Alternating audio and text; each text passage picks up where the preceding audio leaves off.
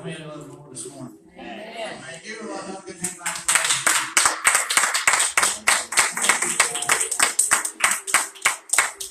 Thank you, Jesus. You know, I've done some reading last night. I was studying this out. And if you want to go ahead and return to the book of Joel, chapter 2.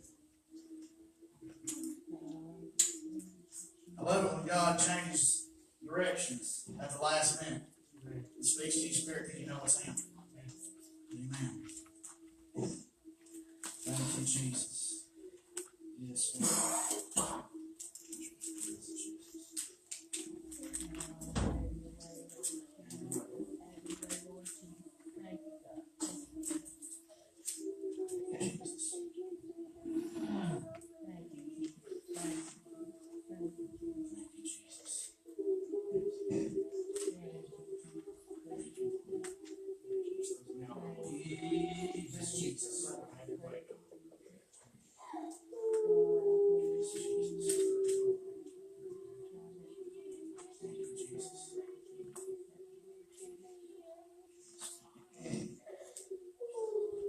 Book of Joel, chapter 2, starting at verse 12. Thank you, Lord. It says, Therefore also now saith the Lord, Turn ye even to me with all your heart, and with fasting, and with weeping, and with mourning, and rend your heart, and not your garments, and turn unto the Lord your God, for He is gracious and merciful, slow to anger, and of great kindness, and repenteth him of the evil. Who knoweth if he will return and repent and leave a blessing behind him, even a meat offering and a drink offering unto the Lord your God? Blow the trumpet in Zion, sanctify a fast, call a solemn assembly, gather the people, sanctify the congregation, assemble the elders, gather the children, and those that suck the breast. Let the bridegroom go forth out of his chamber, and the bride out of her closet. Let the priests, the ministers of the Lord, weep between the porch and the altar. And let them say, Spare thy people, O Lord, and give not thine heritage to reproach, that the heathen should rule over them. Wherefore they say among the people, Where is their God? And I was sitting up here this morning, and like I said, I had read a lot of this last night and got some thoughts. As I sat here this morning, it just dropped in my spirit. People are not rending their hearts. Come on. We're not rending our hearts. We're just rending the garment. All right. That's why we can't have joy, friend. Come on. We can't have joy if we're just coming up here and doing a 5-minute prayer just enough to say I've done my service. Come on. We got to rend our heart. And sometimes that means more than a 5-minute prayer. Man. Come on. Sometimes that means getting down to business with God. Amen. Amen. But I feel that too many times us Christians have gotten comfortable with the 5-minute prayer. We've gotten comfortable just to, as I lay me down to sleep and I'm done. Come on. We don't want to get to the point, friend, where we touch God anymore. Come on. We just want to sit and do that quick prayer, and that's it. Come on. We've said it time and time again that we just live in this microwave generation where we think we just got to have it right now. Come on. God don't move just right now sometimes. Sometimes it takes a minute to get to where you can get to reach that throne. Come on.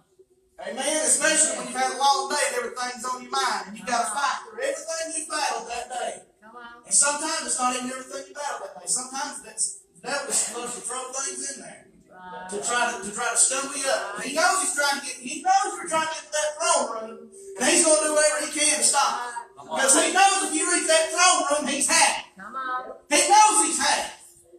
Come on.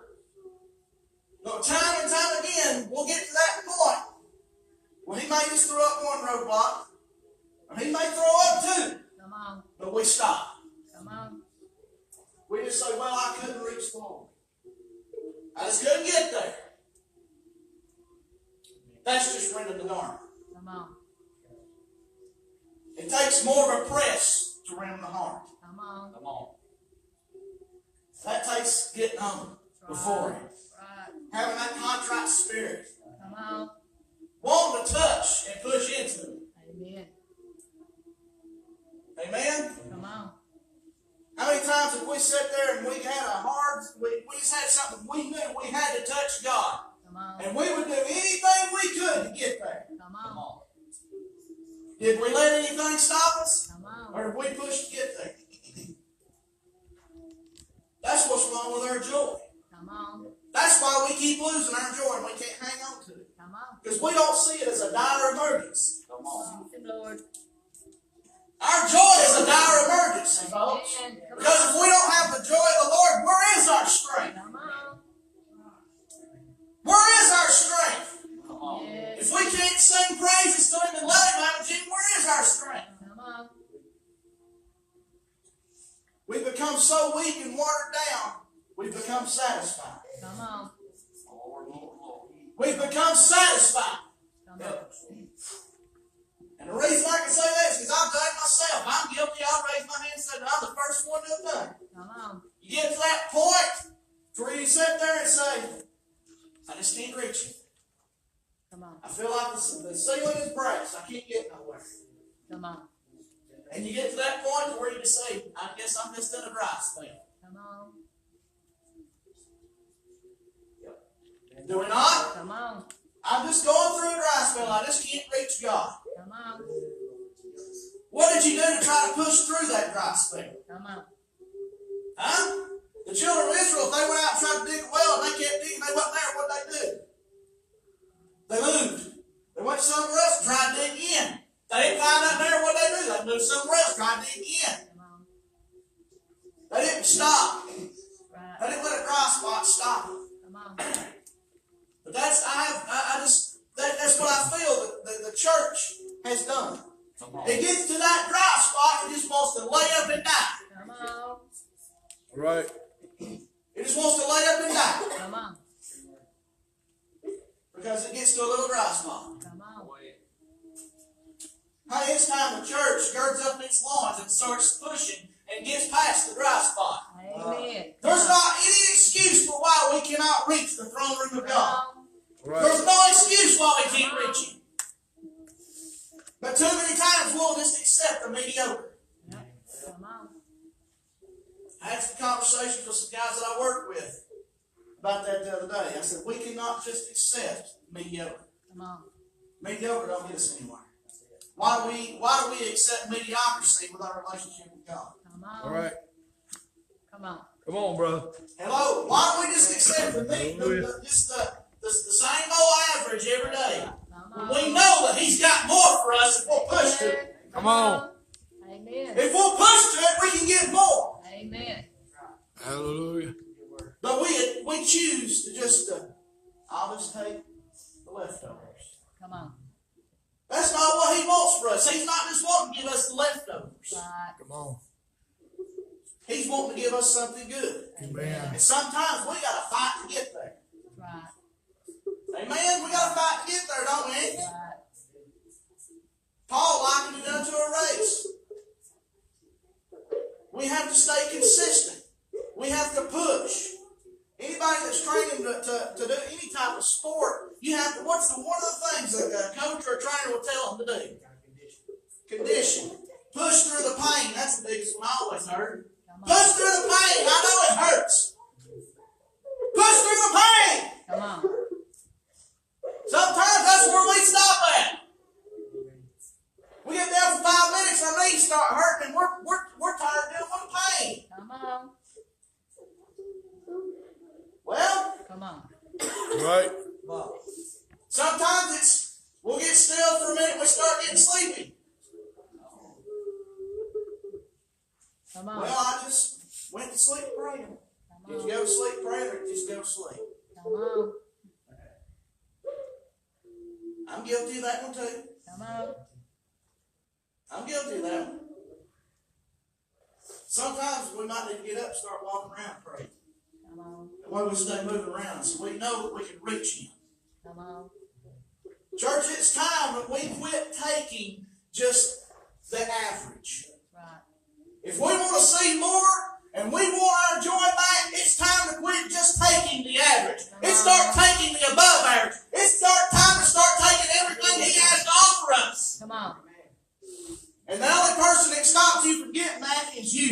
on. All right, amen. You're the only one responsible for losing that joy. Thank you, Jesus. You're the only one responsible for losing that strength. Right. Job lost it all. But he still hung on to God, didn't he? Amen. Right. It would have to take some joy, Lim, to be able to push through a situation like that. Amen. Hallelujah. To watch all of your kids die, Bless him, Jesus. your means of support go away, everything you know just be wiped out in a period of minutes. Right. Most Thank of you, us just Jesus. want to curl up in a hole somewhere and say, "Oh, poor pitiful me." But Job didn't. Nope. He pushed through. Right. Where is our drive to push through? Come on. We Thank preach you, on Jesus. Job so much because of everything he lost, but Right. do we ever sit and take to heart what it means? All right, come on. Or do we just accept the average? All Come right. on. Come on, brother. Well, Job was that perfect and upright man. What's wrong with you? Come on. Are you not a child of God? Come on. Do you not serve the King of Kings and the Lord of Lords? What stops you? He served the same God that we do. Come on. Right. So why do we let our joy die? Come on. Why do we let our joy die? It's easy to shout when there's a fast song going, ain't it? It's not so easy to shout when you go home and you open the cabinets and ain't nothing there. Come on. It ain't so easy to shout when you get in the truck and it's Friday evening and it's already sitting on empty.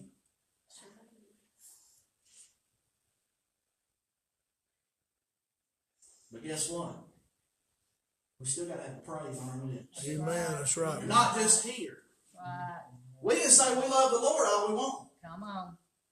What's in here? That's right. Do we still get down and pray to Him? Come on. Do we still tell Him, Lord, I love you? Do we still uplift Him? Do we still keep a song in our hearts? Come on. What's wrong with us, church? Come on. We let one little thing kill our joy. Right. Amen. How many of us remember when Goodyear came out with those Goodyear round flats? They showed them things running over nails and screws and potholes and all kinds of stuff. Remember those commercials? Wouldn't run flat. That's supposed to be our faith. Come on. But instead, our faith is like a balloon. Come on. First time the devil throws something up, pow! There it goes. And our joy along with it. Come on. If we truthfully had that armor of God on that we have taught and preached about so many times, we would have impenetrable faith. Right. If you can't get past the faith, you can't steal the joy. Come on.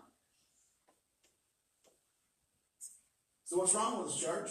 Have we laid down our shield? Come on. Have we laid the shield down? Because we've grown weary and well doing.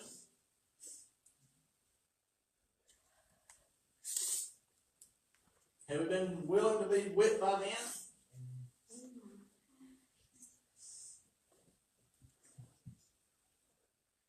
A little bit different message now. Come on. Have we been willing to be whipped by the enemy? Come on. Come on. You know, Chris was preaching on Samson Wednesday. He kept playing around with Delilah saying, well, if you do this, this takes my strength. If you do this, this takes my strength. If you do this, this takes my strength. And then finally he got comfortable. He said, well, if you shave my head, I'll be like any other man. Why do we sit there and let the devil toy around with us? Come on. He knows what to do to get us down. All he's got to do is take the joy. He knows that. Come on. Then why do we just lay it in his lap and let him do it? Come on. Just like Samson. He just laid it in Delilah's lap and let him do it. Why do we just lay it down and let him take it?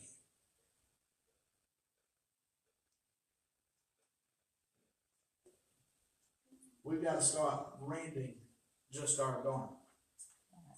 If we want to keep that joy, we've got to start rending our hearts That's right. and meaning what we say when we pray and when we get down to talk to Him. Right. Don't just get down and say, I'm going to go talk to the Lord, and 5 minutes later you're back out. I don't know about you, but when I want to go talk to somebody, I don't just go for 5 minutes and I'm done. How many of us got a love and we'd love to go see Him again? This past on. Would you just spend 5 minutes with Him? Would you just spend 5 minutes with Him? You want to spend as much time as you can spend with Him, wouldn't you? Why are we not that way with God?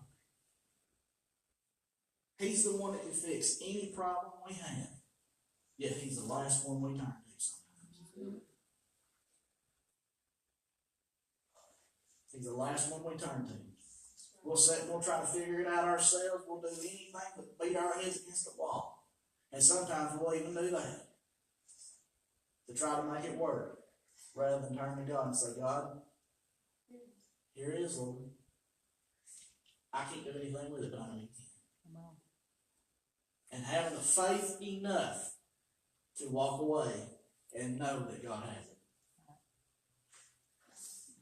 it. That's one of our biggest problems too. We'll say, yes, Lord, we'll leave it in Your hands. And as we turn around, we're picking it right back up. Come on. Yep. If you take it to God, you leave it there. And trust that He's going to take care of it. That's faith.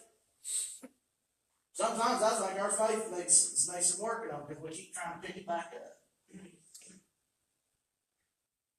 It don't matter how big or how small it is sometimes, doesn't it? We'll try to pick it back up. Come on. That's right. That kills our joy too by picking it right back up. Right. Because we're not leaving it in the hands of the one that we know can take care of it. That's right. We kill our own joy sometimes. Sometimes it's not Satan does it, sometimes we do it ourselves.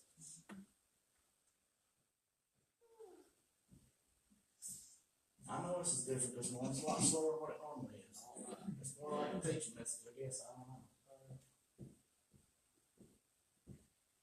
But rend our hearts, not just our garment. And like I said, I've seen that time and time and time again. And I'm guilty of it. We'll come pray, 5 minutes later, we're back up, and we ain't no better off than what was when we went down there. Because we didn't truthfully try to push through the throne room. It takes longer than 5 minutes, folks. Sometimes it takes longer than 10. Sometimes it takes longer than an hour. But church, whatever it takes to push through those things that your mind and Satan have laid out in front of you and tried to keep you from the throne room, don't take that as the average. Push through it. Push through it. Because on the other side is the Lord saying, come on, I'm ready to talk to you. I'm ready to talk to you. You just got to get here. The reward of making it and pushing that throne room, that's where we find our joy. That's where we find our strength. That's what increases our faith. But if we keep accepting the average, we're going to lose it. We'll stay in the same rut we've been in. We'll never get out of it. And we'll just accept average. Are you tired of accepting average? Are you tired of just accepting the middle of the road? Push through and rend your heart. Don't just accept the mediocre anymore. I told Sarah, I said, I have pushed myself for the past few weeks to make an effort to get up even earlier than what I normally do to pray in the morning. Now, with the exception of one day this past week, my alarm clock went goofball. I've done that. I'm not trying to pin a rose or anything like that, or say what Craig did. But I'm gonna tell you what, my spirit's felt a whole lot better for him. Because first thing in the morning, when I know everybody's asleep, and I'm not having any hindrances, I can push through. That's my time to push through. Because I know everybody's asleep. Sometimes we'll sit there and use the excuse of we don't have time or we've got too much stuff going on. There's time. Sometimes we just have to sacrifice a little bit of sleep to be able to push into that throne room.